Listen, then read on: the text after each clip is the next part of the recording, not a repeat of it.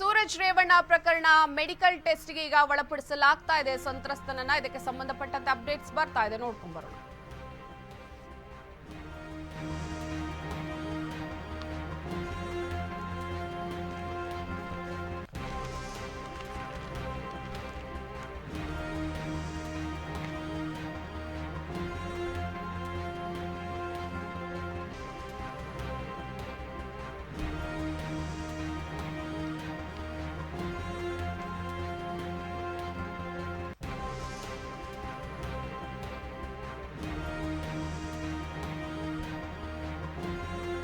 ಸೂರಜ್ ರೇವಣ್ಣ ಪ್ರಕರಣಕ್ಕೆ ಸಂಬಂಧಪಟ್ಟಂತೆ ಸಂತ್ರಸ್ತನಿಗೆ medical test ಅನ್ನ ಮಾಡಿಸಲಾಗ್ತಾ ಇದೆ. ಬೆಂಗಳೂರಿನ ಬೌರಿಂಗ್ ಆಸ್ಪತ್ರೆಯಲ್ಲಿ ವೈದ್ಯಕೀಯ ಪರೀಕ್ಷೆಯನ್ನ ಮಾಡಲಾಗುತ್ತೆ. ತಡರಾತ್ರಿ ಸಂತ್ರಸ್ತನನ್ನ ಪೊಲೀಸರು ಬೆಂಗಳೂರಿಗೆ ಕರೆದು ತಂದಿದ್ದಾರೆ. ಹಾಸನದಿಂದ ಈಗ ಪೊಲೀಸರು ಸಂತ್ರಸ್ತನನ್ನ ಬೆಂಗಳೂರಿಗೆ ಕರೆತಂದಿರುವಂತದ್ದು. ಬೆಂಗಳೂರಿನ ಬೌರಿಂಗ ಆಸ್ಪತ್ರೆಯಲ್ಲಿ ವೈದ್ಯಕೀಯ ಪರೀಕ್ಷೆಗೆ ಒಳಪಡಿಸಲಾಗಿದೆ. ಹಾಸನದಿಂದ ಬೆಂಗಳೂರಿಗೆ ಕರೆತಂದು ಮೆಡಿಕಲ್ ಟೆಸ್ಟ್ ಅನ್ನ ಮಾಡಿಸಲಾಗ್ತಾ ಇದೆ. ಅಸಹಜ ಲೈಂಗಿಕ ದೌರ್ಜನ್ಯ ಆರೋಪದಲ್ಲಿ ಸೂರಜ್ ರೇವಣ್ಣ ಬಂಧನಕ್ಕೆ ಒಳಗಾಗಿದ್ದಾರೆ. ಎಂಎಲ್ಸಿ ವಿರುದ್ಧದ ಲೈಂಗಿಕ ದೌರ್ಜನ್ಯ ಆರೋಪವನ್ನ ಈಗ ಎದುರಿಸ್ತಾ ಇರುವಂತದ್ದು ಸೂರಜ್ ರೇವಣ್ಣ. ದೂರುದಾರನ ವಿರುದ್ಧದ ಬ್ಲಾಕ್ ಮೇಲ್ ಕೇಸ್ ಎರಡೂ ತನಿಖೆ ನಡೆಸಲಾಗುತ್ತೆ. ಸಿಎಂ ಸಿದ್ದು ಜೊತೆ ಪೊಲೀಸ್ ಮುಖ್ಯಸ್ಥರಾಗಿರುವಂತಹ ಅಲೋಕ್ ಮೋಹನ್ ಚರ್ಚೆಯನ್ನ ಕೂಡ ನಡೆಸಲಿದ್ದಾರೆ. ಒಟ್ಟಾರೆ ವಿಧಾನ ಪರಿಷತ್ ಸದಸ್ಯ ಸೂರಜ್ ರೇವಣ್ಣ ವಿರುದ್ಧ ಕೇಳಿ ಬರ್ತಾ ಇರುವಂತಹ ಅಸಹಜ ಲೈಂಗಿಕ ಆರೋಪದಡಿ ಈಗ ಅವರನ್ನ ಅರೆಸ್ಟ್ ಮಾಡಲಾಗಿದೆ. ಹಾಗೆಯೇ ಪೊಲೀಸರು ಮಾಹಿತಿಗಳನ್ನ ಕಲೆ ಹಾಕೋದಿಕ್ಕೆ ಸಕಲ ಸಿದ್ಧತೆಗಳನ್ನ ನಡೆಸಿಕೊಳ್ತಾ ಇದ್ದಾರೆ. ಸೂರಜ್ ವಿರುದ್ಧ ಕೇಳಿ ಬಂದಿರುವ ಲೈಂಗಿಕ ದೌರ್ಜನ್ಯದ ಆರೋಪದ ಕುರಿತು ಸಾಕಷ್ಟು ಮಾಹಿತಿಯನ್ನ ಕಲೆ ಹಾಕೋದಿಕ್ಕೆ ಪೊಲೀಸರು ಸಕಲ ಸಿದ್ಧತೆಗಳನ್ನ ನಡೆಸಿದ್ದಾರೆ. ಒಟ್ಟಾರೆ ಬೆಂಗಳೂರಿನ ಬೌರಿಂಗ್ ಆಸ್ಪತ್ರೆಯಲ್ಲಿ ಈಗ ಸಂತ್ರಸ್ತನನ್ನ ಟೆಸ್ಟ್ಗೆ ಒಳಪಡಿಸಲಾಗಿದೆ. ಟೆಸ್ಟ್ನ ನಂತರ ಈ ಒಂದು ವಿಚಾರ ನಡೆದಿರುವುದು ಹೌದು ಅಥವಾ ಅಲ್ಲವಾ ಅನ್ನುವಂತಹ ಮಾಹಿತಿ ಕೂಡ ಲಭ್ಯ ಆಗುತ್ತೆ. ತಡರಾತ್ರಿ ಸಂತ್ರಸ್ತನನ್ನ ಬೆಂಗಳೂರಿಗೆ ಕರೆತಂದಿದ್ದಾರೆ. ಬೌರಿಂಗ್ ಆಸ್ಪತ್ರೆಯಲ್ಲಿ ಈ ಒಂದು ಟೆಸ್ಟ್ಗೆ ಸಂತ್ರಸ್ತನನ್ನ ಒಳಪಡಿಸಲಾಗಿದೆ. ಪೊಲೀಸರು ಹಾಸನದಿಂದ ಸಂತ್ರಸ್ತನನ್ನ ಕರೆದುಕೊಂಡು ಬಂದಿದ್ದಾರೆ. ಹಾಗೆಯೇ ಹಾಸನದಿಂದ ಬೆಂಗಳೂರಿಗೆ ಕರೆತಂದು ಈಗ ಮೆಡಿಕಲ್ ಟೆಸ್ಟ್ಗೆ ಒಳಪಡಿಸಲಾಗಿದೆ. ಅಸಹಜ ಲೈಂಗಿಕ ದೌರ್ಜನ್ಯ ಆರೋಪದಲ್ಲಿ ಸೂರಜ್ ರೇವಣ್ಣ ಅವರು ಬಂಧನಕ್ಕೆ ಒಳಗಾಗಿದ್ದಾರೆ.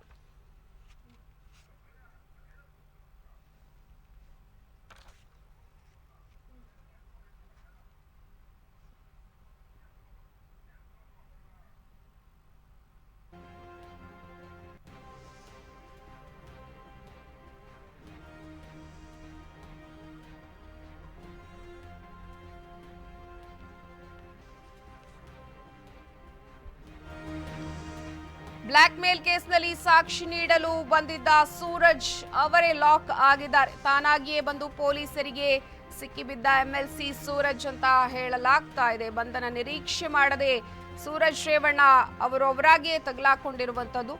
ಆಡಿಯೋ ರೆಕಾರ್ಡ್ ಫೋಟೋ ನೀಡಲು ಬಂದಿದ್ದಂತಹ ಸಂದರ್ಭದಲ್ಲಿ ಈ ಒಂದು ವಿಚಾರಕ್ಕೆ ಸಂಬಂಧಪಟ್ಟಂತೆ ಸೂರಜ್ ರೇವಣ್ಣ ಅವರು ಬಂಧನಕ್ಕೆ ಒಳಗಾಗಿದ್ದಾರೆ. ಹಾಸನ ಸೈಬರ್ ಕ್ರೈಮ್ ಠಾಣೆಗೆ ನಿನ್ನೆ ಸಂಜೆ ಆಗಮಿಸಿದ್ರು ಪರಿಷತ್ ಸದಸ್ಯರಾದ ಸೂರಜ್ ರೇವಣ್ಣ ಅವರು.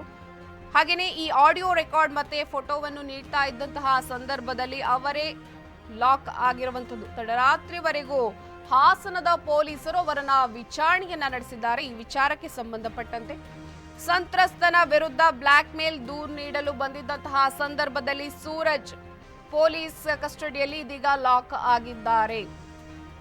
ಲೈಂಗಿಕ ದೌರ್ಜನ್ಯ ಆರೋಪದ ಸಂಬಂಧ ಹಾಸನ ಸೆಂಟ್ ಪೊಲೀಸ್ ಠಾಣೆಯ ಪೊಲೀಸರು ಮಾಜಿ ಸಚಿವ ಎಚ್.ಡಿ. ರೇವಣ್ಣ ಪುತ್ರ ಎಂಎಲ್ಸಿ ಸೂರಜ್ ರೇವಣ್ಣ ಅವರನ್ನ ಅರೆಸ್ಟ್ ಮಾಡಿದ್ದಾರೆ. ಒಟ್ಟಾರೆ ಹಾಸನ ಜಿಲ್ಲೆ ಪ್ರಭಾವಿ ರಾಜಕೀಯ ಕುಟುಂಬದ ಸದಸ್ಯನ ವಿರುದ್ಧ ಆರೋಪ ಕೇಳಿ ಬರ್ತಾ ಇದೆ. ಅಲ್ಲದೆ ಸಂತ್ರಸ್ತ ಕೂಡ ಅದೇ ಜಿಲ್ಲೆಯವನು ಆಗಿದ್ದಾನೆ ಅನ್ನುವಂತಹ ಮಾಹಿತಿ ಇರುವಂತದ್ದು. ಪ್ರಕರಣದ ಕುರಿತು ಸ್ಥಳೀಯ ಪೊಲೀಸರು ತನಿಖೆಯನ್ನ ಕೂಡ ಮುಂದುವರೆಸಿದ್ದಾರೆ. ರಾಜಕೀಯ ಪ್ರಭಾವ ಇಲ್ಲಿ ಬೀರುವಂತಹ ಸಾಧ್ಯತೆ ಕೂಡ ಇದೆ. ಹಾಗಾಗಿ ನಿರ್ಭೀತಿಯಿಂದ ತನಿಖೆ ನಡೆಸಲು ಸ್ಥಳೀಯರು ಪೊಲೀಸರಿಗೆ ಕಷ್ಟವಾಗಬಹುದು. ಹಾಗಾಗಿ ಅವರನ್ನ ಈಗ ಪೊಲೀಸ್ ಕಸ್ಟಡಿಯಲ್ಲಿ ಇಟ್ಟು ಸಾಕಷ್ಟು ತನಿಖೆಯನ್ನ ಮಾಡಲಾಗ್ತಾ ಇದೆ. ಈ ವಿಚಾರವಾಗಿ ರೇವಣ್ಣ ಅವರು ಪ್ರತಿಕ್ರಿಯೆಯನ್ನ ಕೊಡೋದಿಕ್ಕೆ ನಿರಾಕರಣೆಯನ್ನ ಮಾಡಿದ್ದಾರೆ ಅನ್ನುವಂತಹ ಮಾಹಿತಿ ಕೂಡ ಇದೆ. ಒಟ್ಟಾರೆ ಸೂರಜ್ ರೇವಣ್ಣ ಪ್ರಕರಣ ಹಾಗಿದ್ರೆ ಸಿಐಡಿ ತನಿಖೆಗೆ ಏನಾದ್ರೂ ಹೋಗುವಂತಹ ಸಾಧ್ಯತೆ ಇದೆಯಾ ಅನ್ನುವಂತಹ ಅನುಮಾನ ಕೂಡ ಬಹಳ ದಟ್ಟವಾಗಿ ಕಂಡು ಬರ್ತಾ ಇದೆ. ಸಂತ್ರಸ್ತ ಯುವಕ ಹಣಕ್ಕಾಗಿ ಬ್ಲಾಕ್ ಮೇಲ್ ಮಾಡ್ತಿದ್ದ ಅನ್ನುವಂತಹ ಆರೋಪವನ್ನ ಕೊಡೋದಿಕ್ಕೆ ಸೈಬರ್ ಕ್ರೈಮ್ ಸ್ಟೇಷನ್ಗೆ ಸೂರಜ್ ರೇವಣ್ಣ ಅವರು ಬಂದಿದ್ದಂತಹ ಸಂದರ್ಭದಲ್ಲಿ ಅವರೇ ಈ ವಿಚಾರದಲ್ಲಿ ಲಾಕ್ ಆಗಿ ಈಗ ಪೊಲೀಸ್ ಕಸ್ಟಡಿಯಲ್ಲಿ ಇರುವಂತದ್ದು. ಹಾಗೆಯೇ ಪೊಲೀಸ್ ಕಸ್ಟಡಿಯಲ್ಲಿ ಏನೆಲ್ಲ ಒಂದು ವಿಚಾರಣೆಯನ್ನ ನಡೆಸಬೇಕು ಆ ವಿಚಾರಣೆಗಳು ಕೂಡ ನಡೀತಾ ಇದೆ. ನಿನ್ನೆ ತಡರಾತ್ರಿವರೆಗೂ ಈ ವಿಚಾರಣೆಯನ್ನ ನಡೆಸಲಾಗಿತ್ತು. ಹಾಸನ ಜಿಲ್ಲೆ ಪ್ರಭಾವಿ ರಾಜಕೀಯ ಕುಟುಂಬದ ಸದಸ್ಯನ ವಿರುದ್ಧ ಈ ಒಂದು ದೊಡ್ಡ ಮಟ್ಟದ ಆರೋಪ ಕೇಳಿ ಬರ್ತಾ ಇದೆ. ಹಲೋ, ಸೂರಜ್ ರೇವಣ್ಣ ಅವರು ಚನ್ನರಾಯಪಟ್ಟಣ ತಾಲೂಕು ಗನ್ನಿಕಡ ಬಳಿ ಇರುವಂತಹ ತೋಟದ ಮನೆಗೆ ಅಂದ್ರೆ ಜೂನ್ 16ರಂದು ಕರೆಯಿಸಿಕೊಂಡು ನನ್ನ ಮೇಲೆ ಒಂದು ದೌರ್ಜನ್ಯವನ್ನ ನಡೆಸಿದ್ದಾರೆ ಅನ್ನುವಂತಹ ಕಂಪ್ಲೇಂಟ್ ಅನ್ನ ಲಾಡ್ಜ್ ಮಾಡಿರ್ತಾರೆ. ಈ ಒಂದು ವಿಚಾರಕ್ಕೆ ಸಂಬಂಧಪಟ್ಟಂತೆ ಇದೀಗ ಸೂರಜ್ ರೇವಣ್ಣ ಅವರ ಮೇಲೆ ಕೇಸ್ ದಾಖಲಾಗಿದೆ. ಹಾಗೇನೆ ಅವರನ್ನ ಅರೆಸ್ಟ್ ಮಾಡಲಾಗಿದೆ. ಪೊಲೀಸ್ ಠಾಣೆಗೆ ಕರೆಯಿಸಿ ಸಾಕಷ್ಟು ಮಾಹಿತಿಯನ್ನ ಕೂಡ ಸಂಗ್ರಹಿಸಲಾಗಿದೆ. ತಾಲೂಕಿನ ಜೆಡಿಎಸ್ ಕಾರ್ಯಕರ್ತನೊಬ್ಬ ಹೊಳೆನರಸೀಪುರ ಪೊಲೀಸ್ ಠಾಣೆಗೆ ಬಂದು ದೂರನ್ನ ದಾಖಲಿಸಿದ್ದಾರೆ.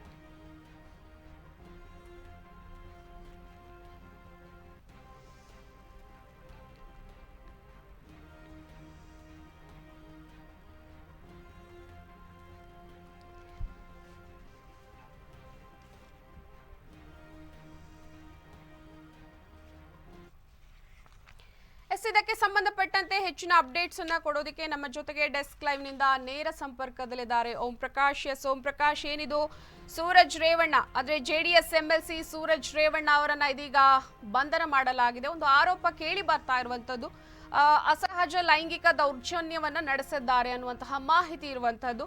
ನಿನ್ನೆ ತಡರಾತ್ರಿವರೆಗೂ ಇವರನ್ನ ಪೊಲೀಸ್ ಕಸ್ಟಡಿಯಲ್ಲಿ ಅಂದ್ರೆ ಸಾಕಷ್ಟು ಮಾಹಿತಿಯನ್ನ ಕಲೆ ಹಾಕೋದಿಕ್ಕೆ ಪೊಲೀಸರು ಎಲ್ಲಾ ಸಕಲ ಸಿದ್ಧತೆಗಳನ್ನ ನಡೆಸಿದ್ದಾರೆ. ಇದರ ಜೊತೆಗೆ ಬೌರಿಂಗ್ ಆಸ್ಪತ್ರೆಗೆ ಕೂಡ ಆ ದೌರ್ಜನ್ಯ ಆಗಿರುವಂತಹ ವ್ಯಕ್ತಿಯನ್ನ ಕರೆದುಕೊಂಡು ಬಂದು ಟೆಸ್ಟ್ ಅನ್ನ ಕೂಡ ನಡೆಸಲಾಗ್ತಾ ಇದೆ. ಹಾಗಾದ್ರೆ ಏನಿದೆ ಒಂದು ಅಪ್ಡೇಟ್ಸ್? ಮತ್ತೊಂದು ಹೈ ಪ್ರೊಫೈಲ್ ಕೇಸ್ ಅಂತ ಹೇಳ್ಬೋದು. ರಾಜ್ಯದಲ್ಲಿ ಈ ನಡುವೆ ಇಂತಹ ಲೈಂಗಿಕ ದೌರ್ಜನ್ಯದ ಪ್ರಕರಣಗಳು ತೀರಾನೇ ಹೆಚ್ಚಾಗಿದ್ದಾವೆ. ಅದರಲ್ಲೂ ಗಣ್ಯ ಕುಟುಂಬದ ಕುಡಿಗಳೇ ಈ ಥರ ಒಂದು ಲೈಂಗಿಕ ಒಂದು ದೌರ್ಜನ್ಯವನ್ನು ಮಾಡ್ತಾ ಇದ್ದಾವೆ ಅಂತಂದರೆ ತಪ್ಪಾಗಲಿಕ್ಕಿಲ್ಲ. ಇಲ್ಲಿ ನೋಡೋದಾದರೆ ನಾವು ತಿಂಗಳುಗಳ ಹಿಂದೆ ಪ್ರಜ್ವಲ್ ರೇವಣ್ಣ ಅವರ ಒಂದು ಲೈಂಗಿಕ ದೌರ್ಜನ್ಯದ ಹಗರಣ ಇಡೀ ರಾಜ್ಯದಲ್ಲಿ ಸುದ್ದಿ ಮಾಡಿತ್ತು. ಇದೀಗ ಅವರ ಸಹೋದರ ಸೂರಜ್ ರೇವಣ್ಣ ಅವರ ಮೇಲೂ ಸಹ ಇಂಥದೇ ಒಂದು ಲೈಂಗಿಕ ದೌರ್ಜನ್ಯದ ಆರೋಪ ಕೇಳಿಬಂದಿದೆ.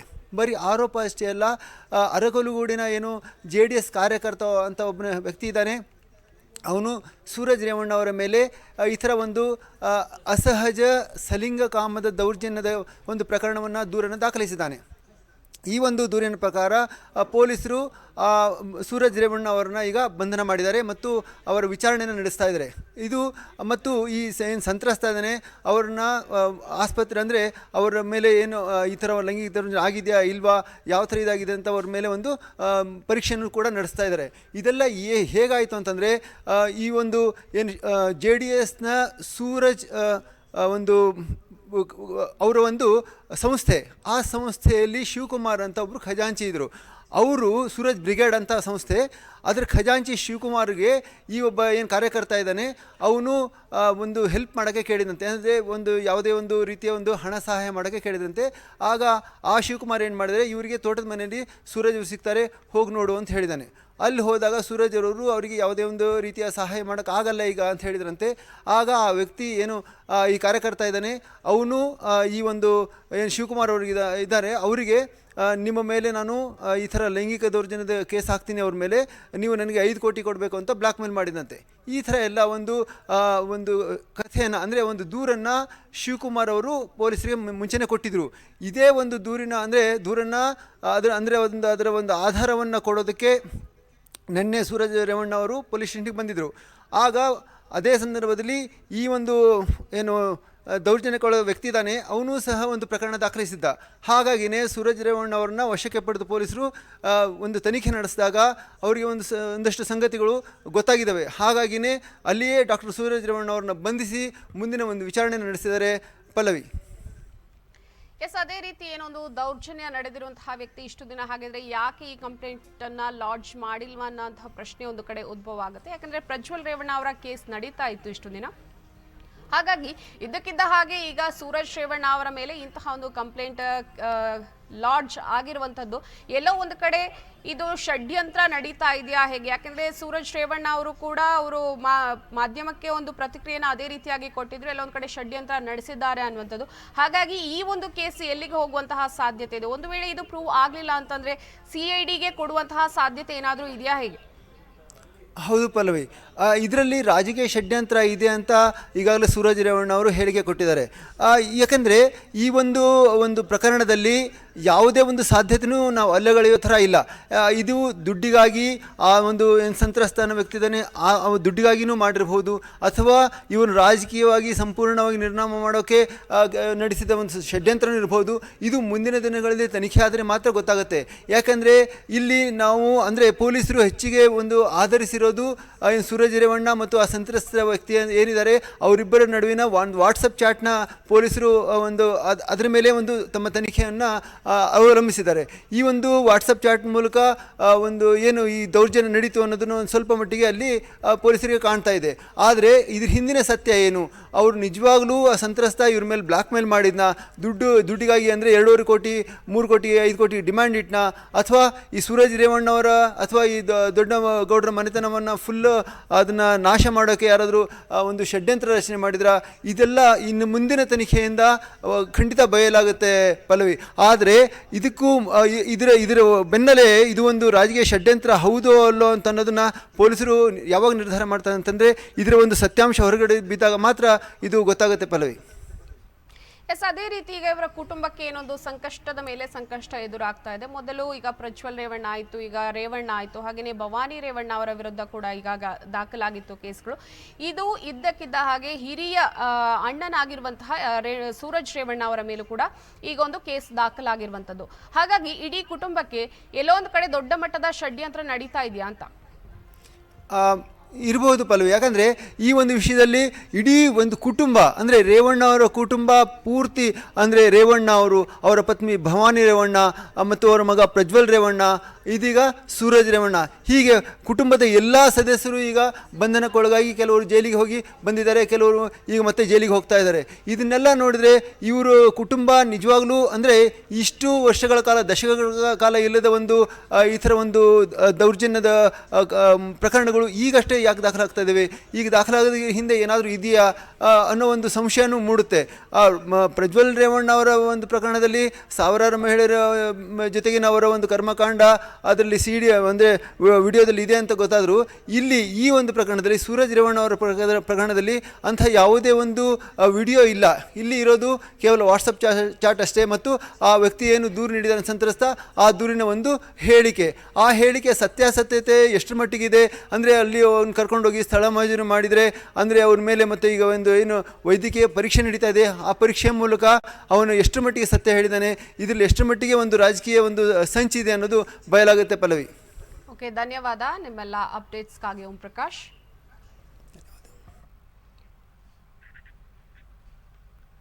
ಸೂರಜ್ ರೇವಣ್ಣ ಅರೆಸ್ಟ್ ಆಗಿದ್ದಾರೆ. ಅಸಹಜ ಲೈಂಗಿಕ ದೌರ್ಜನ್ಯ ಆರೋಪದಲ್ಲಿ ಸೂರಜ್ ರೇವಣ್ಣ JDS MLC ಸೂರಜ್ ರೇವಣ್ಣ ಅವರನ್ನ ಬಂಧನ ಮಾಡಲಾಗಿದೆ. ಸಂತ್ರಸ್ತ ನೀಡಿದ್ದ ದೂರನ್ನ ಆಧರಿಸಿ ಇದೀಗ JDS MLC ಆಗಿರುವ ಸೂರಜ್ ರೇವಣ್ಣ ಅವರನ್ನ ಪೊಲೀಸರು ಅರೆಸ್ಟ್ ಮಾಡಿದ್ದಾರೆ. ಹಾಗೆಯೇ ಪ್ರಕರಣ ದಾಖಲಾಗಿರುವಂತದ್ದು ಅವರ ಮೇಲೆ. ಹಾಗೆಯೇ ಸಂತ್ರಸ್ತನನ್ನ ಈಗ ಮೆಡಿಕಲ್ ಟೆಸ್ಟ್ಗೆ ಬೆಂಗಳೂರಿನ ಬೌರಿಂಗ್ ಆಸ್ಪತ್ರೆಗೆ ಕೂಡ ಕರೆತರಲಾಗಿದೆ. FSL ವರದಿ ಬಳಿಕ ಈ ಒಂದು ಕೇಸ್ಗೆ ಸಂಬಂಧಪಟ್ಟಂತೆ ವಿಚಾರಣೆ ಕೂಡ ಮುಂದಿನ ಹಂತದಲ್ಲಿ ಪೊಲೀಸರು ನಡೆಸಲಿದ್ದಾರೆ.